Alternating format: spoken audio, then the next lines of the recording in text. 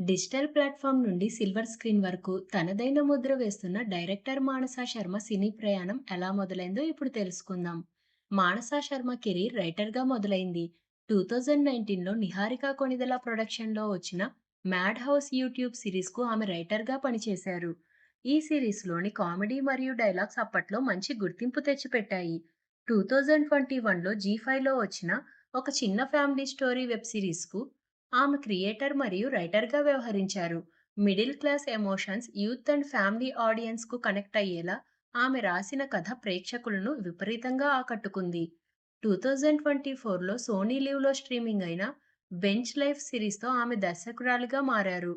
IT ఉద్యోగుల జీవితాల నేపథ్యంలో వచ్చిన ఈ వెబ్ సిరీస్ పెద్ద హిట్ అయ్యి విమర్శకుల ప్రశంసలు అందుకుంది. ఇక 2026లో విడుదలైన 'రాకాస' సినిమాతో మానస శర్మ వెండితెరకు దర్శకురాలిగా పరిచయమై తన ఫ్యాంటసీ మ్యాజిక్ ఏంటో చూపించారు. ప్రస్తుతం ఆమె 'వెంకీ కుడుమ్లా' నిర్మిస్తున్న 'ఇట్లు అర్జున' సినిమాకు అదనపు స్క్రీన్ ప్లే బాధ్యతలను నిర్వహిస్తున్నారు.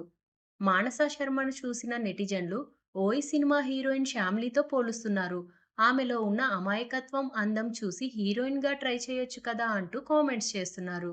చూశారుగా, చూడ్డానికి హీరోయిన్‌లా ఉన్నా కెమెరా వెనక ఉండి మ్యాజిక్ చేయడమే నాకు ఇష్టం అంటున్న ఈ యంగ్ డైరెక్టర్ సక్సెస్ జర్నీ. మరిన్ని ఇంట్రెస్టింగ్ అప్డేట్స్ కోసం ఛానల్‌ని సబ్స్క్రైబ్ చేసుకోండి. Thank you for watching.